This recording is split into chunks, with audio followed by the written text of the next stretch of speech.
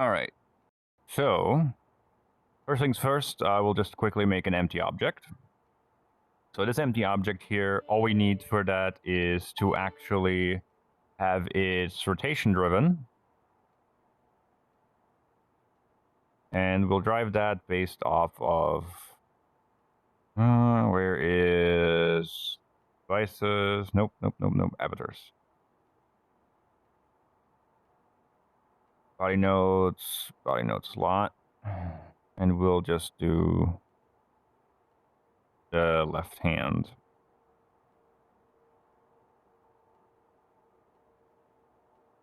And we'll grab just local user in this case because there's no other people in here. In your case, you might have to just use nearest user or whatever.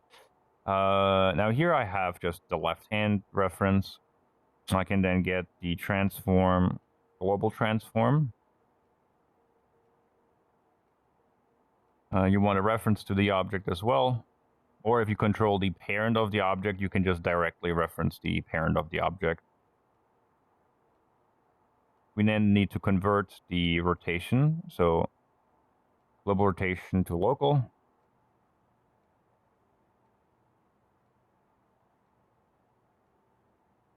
That's then going to rotate this based on how your hand is facing. The important part here being that bouts can be a bit weird, so Y is actually forwards. Yeah. So then once you have this, all you really need is if your object is just already like something that's static the same way, you can literally just have a child here, and you just offset this child forwards on, let's say, the it would be Y. So forwards on the Y-axis, on the Z-axis. Sorry. Oh, that's rotation. Forwards on the Z-axis. So that's a little bit too far for that scaling. So let's go down to 0.1. Now this is offset over here. So if I now make another child on here and offset this on the Y-axis, since Y is forward in our case. If I now have both of these selected, you can see how I can see the difference, between distance between these two objects. So if I was to actually grab the reference to both of these, and you wouldn't need the global, by the way. You can just get the local rotation, local position. Sorry, in this case, it will get local transform of both of these.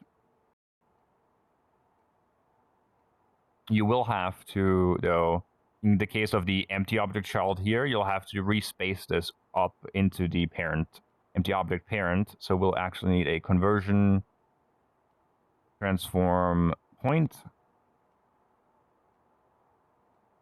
So this one here. So from the space empty object to the space empty object parent. So this way, we now actually have these in the exact same space and can then get a distance between these two, because this one's always going to be at 0.1. So now if I go to operators, and then we go to distance, float, and hook these up. Oh, like this. And now this tells me how far away it is. Now you can see how this will pretty much go from 0.1, well, from 0 to 0.2 essentially, if I was able to like perfectly position it. At the halfway point here, it's going to be 0.1.